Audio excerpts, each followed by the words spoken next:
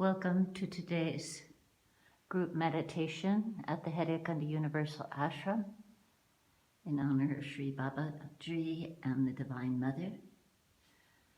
And our reason for coming together is to keep us all connected and to be in prayer, particularly during this time of extreme unrest, praying to Mother and Baba to shed their love on each one of us and on the whole world, so that we can reach out in love and compassion to every human being.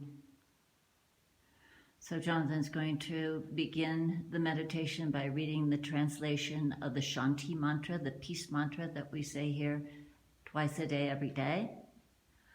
And then I'll ring the bells and we'll begin 20 minutes of silence, sitting in peace and contemplation, meditation, and then we'll ring you out with bells again after 20 minutes. Here's Jonathan.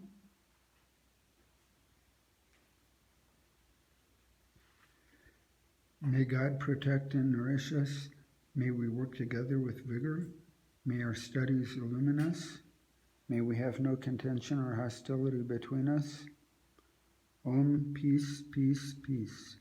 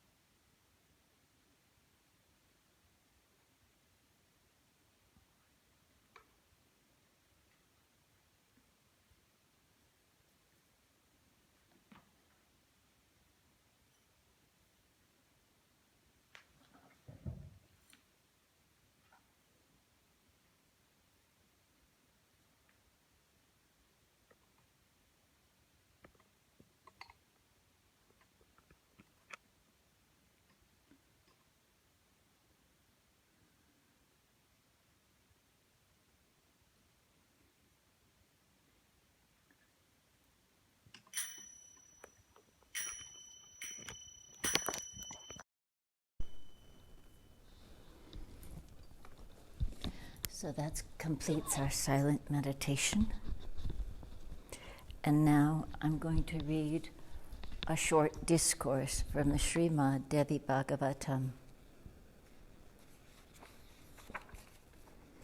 And this is being read to King Janamejaya, who's in great distress because of his father's death, which was in a way that was not going to bring him peace in the next life. And so King Janamejaya was looking for a way to help his father with his prayers and actions. So he came to Vedavyasa for help. Vedavyasa is the author of this Purana, the Srimad Devi Bhagavatam. The king was in great distress. My father's spirit has no peace and never shall, for my prayers have not been answered. Vedavyasa said, "Build a temple to the Divine Mother and worship her. No family that does not worship the Devi has any peace, and those that do are given their heart's every desire and moksha thereafter." King Janamejaya said, "Blessed Vedavyasa, tell me more about the Devi. I would hear her sacred Puranas from your sacred lips." And then Vedavyasa told the king the Srimad Devi Bhagavatam to bring some repose to his anguished heart. Janamejaya asked Vedavyasa, "Who is this Divine Mother that you have asked me to worship? Where was she born? Who were her father and mother? Omniscient Vyasa, enlighten me about the Divine Mother. I have thought that Brahma, Vishnu, and Shiva are the three gods who create, preserve, and destroy the universe. Is there any other beyond these three? Aren't they eternal?" Vyasa said with a smile, "Once as I walked along on the banks of the Ganges River, I saw that Narada Muni sit plunged in meditation beside the murmuring river. He sat in Padmasana, the lotus posture, his eyes shut and his face utterly serene. I approached Brahma's son, Narada, and said softly and waited for him to emerge from his trance. When Narada opened his eyes, I prostrated myself at his feet in the sand. He laid his hand on my head in blessing, then asked in his bright and friendly way, 'Vedavyasa, your face is burning with the questions in your heart. Tell me, what do you want to know?' I said eagerly, 'Master, who is the origin of this infinite universe? Where does this Brahmanda come from? Some of the wise say Shiva, others Vishnu, and others say Brahma is the first creator. Then there are those who worship only Surya Deva, the splendid sun, and others Indra, so too Varuna, Agni, and Ganapati, and Kartikeya. Then, my lord, there are the bhaktas of the Devi who insist that she is the pristine creatrix, the source from whom all the other gods have come. These say that the Devi is all infinite forms and formless too. They say she gives all that their hearts desire to her, and even moksha if they want it. My heart is whirled with confusion, Narada, and indeed this life is full of darkness as it is of light. There is so much suffering and death on earth as there is joy and pleasure. I feel like a drowning man whose head is plunged repeatedly under a sea of doubts. I beg you, enlightened one, save me." Narada said to me, smiling, "Vyasa, once I too was tormented by the same confusion and took my doubts to my father, Brahma. Lord, what is the root of this cosmic plant, the universe? Are you its first creator, or is it Shiva or Vishnu? Whom should I worship as the highest God? I have prayed at all the sacred sites, yet my heart finds no peace. Brahma said to me, only the unattached know the answer to the ultimate mystery. Once, when the universe lay dissolved in the primal sea, Vishnu lay plunged in sleep upon his serpent bed, which floated on those waters. A golden lotus sprouted from his navel, and I was born within it. I saw no land, no sun, moon, or stars, no mountains, or anything other than the single ubiquitous sea. And I'd wondered, who has created me? Who will protect me and destroy me? Whom shall I worship, I asked myself, and heard a voice speak out of the sky. Tapasya is your way. So I sat in tapasya, meditation, for 1,000 years in the lotus in which I was born. Then the voice spoke to me again. Create, it said. After some time, Shiva joined us too. Suddenly the sky above was lit with a blinding radiance, and we saw the exquisite Divine Mother had appeared within that light. She said to us in her entirely lovely voice, now create, sustain, and destroy the universe until the next kalpa ends. But we asked Mother, how shall we create when there are no elements to create from, no earth, fire, water, or air, but only this endless sea? The Devi smiled, and a shimmering vimana, like a big celestial airplane, flew down from heaven, a crystal ship. A jeweled stairway stretched down from this wondrous craft, and at the Devi's word, we three climbed in. Without a whisper, the vimana rose into the sky and flew at such a speed that our very bodies turned into luminous vapor until we slowed again and saw we hovered above the earth, blessed Bhumi. The earth that was not meant to exist, for Shiva had destroyed it by calling down the sun, and then it had rained without pause until everything was absorbed in the celestial primal sea. But here we were in a precious crystal ship hanging over a familiar blue-green world that was certainly real. We landed softly on the earth, cloaked in Maya, so no one saw us, but we saw them. There were rivers and forests and mountains and continents and oceans. Men and women lived on the planet, as did plants, great and small, and every matter of living creature. We were astounded. This was another earth, exactly like the one we three created, preserved, and destroyed. As if in response to a doubt that sprang up in our hearts, the crystal ship rose away from the world silently and flashed into the sky at breathtaking speed. The azure firmament parted for us like another sea, and we flew into a marvelous realm, Devaloka, the heaven of that earth. There we saw Indra and his devas dwelling, as magnificent and rather like the one we ourselves had known, which now lay plunged in the primordial sea. Devaloka was full of unearthly, splendorous beings.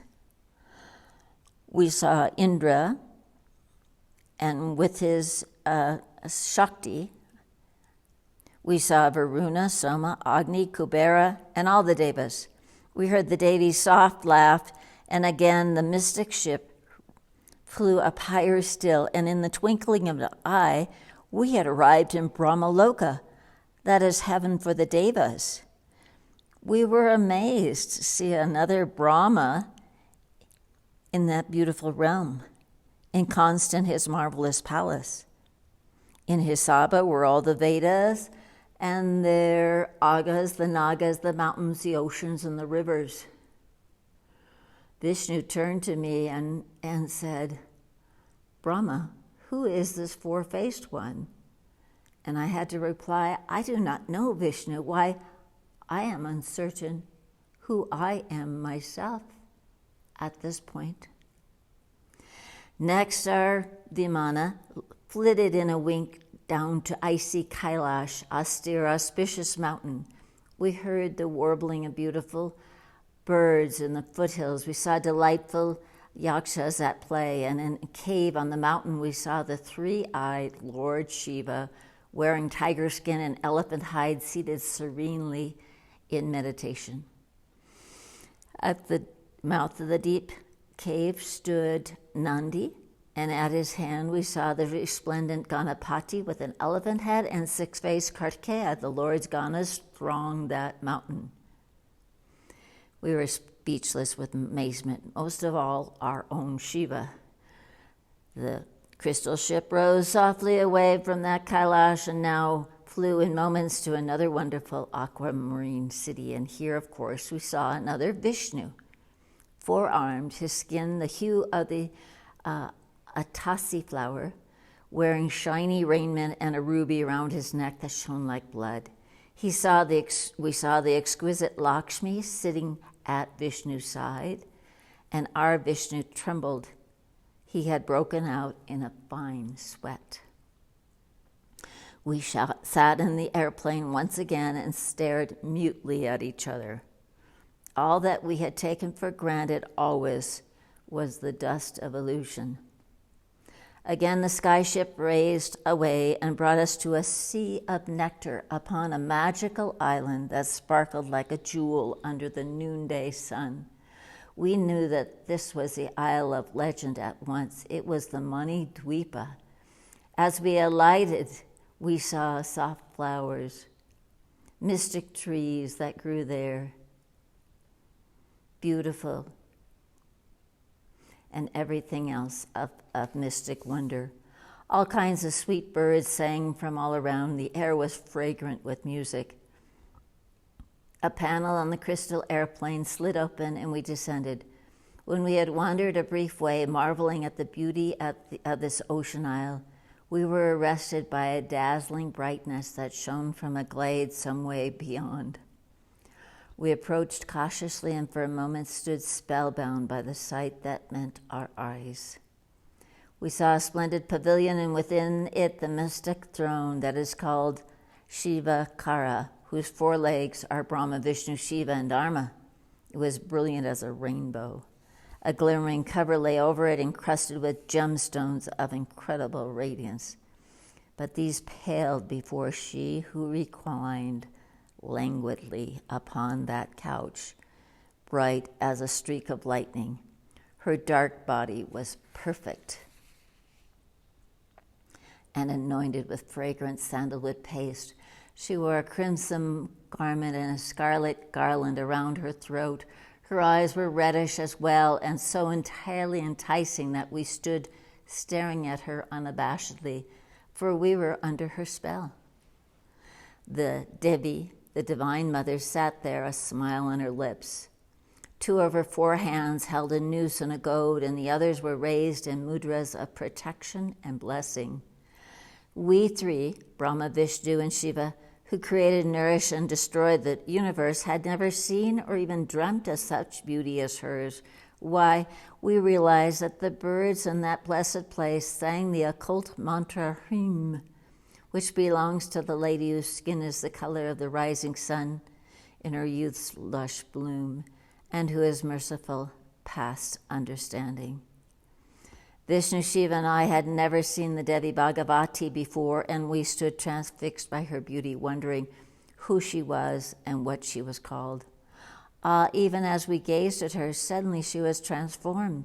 The ineffable young woman stood before us with infinite eyes and infinite limbs.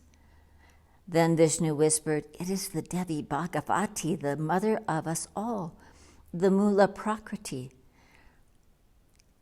She is the Satchitananda. Look, the Shaktis and Vibhutis are all around her. I saw her upon the primordial sea as I floated there on the banyan leaf as a child when the Kalpa began. She sang softly to me. I remember like a mother to her child. It was the song of the universe. Let us approach the mother. She wants us to, else we would not be here." We went near, and then the Devi smiled at us. Instantly, we found ourselves transformed. Brahma, Vishnu, and Shiva had become 3 women. We had become our own Shaktis. We were young, we were beautiful, and now we were allowed to approach the Devi. Saying Om, we entered her pavilion. From outside it had seemed small enough, but when we stepped in, we realized it was infinite, as was she who sat upon her splendorous throne and shone with the brilliance of 1,000,000 suns. We bowed at her feet and heard her laugh softly. We soon realized why. In her crimson toenails, we saw the universe. And that was just the beginning of all the visions we saw in the Devi's presence. We were lost in wonder for 100 years, for we saw not just this universe, but countless others. Then we sang hymns to the Devi, and she gave it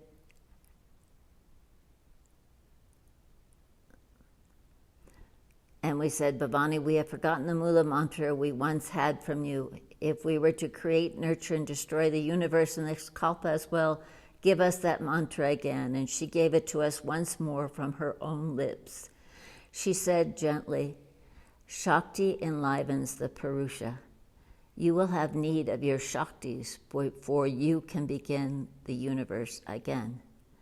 And from her own body, she created the 3 Devis, who are the consorts of Brahma, Vishnu, and Shiva through the different ages. She came to us herself as Saraswati, Lakshmi, and Durga. And when we saw those 3 goddesses, we felt inspired. We knew we could now begin our universe again.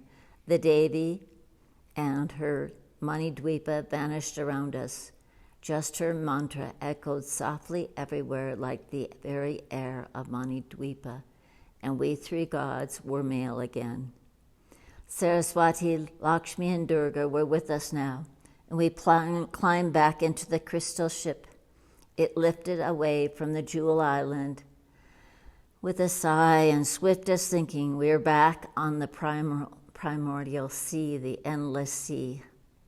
And we were ready to begin our great task, for we now knew who the origin of all things was, whom we must always worship, the Devi Bhagavatam, the Divine Mother. So said Vedavyasa to the king Janamejaya. Jai Ma.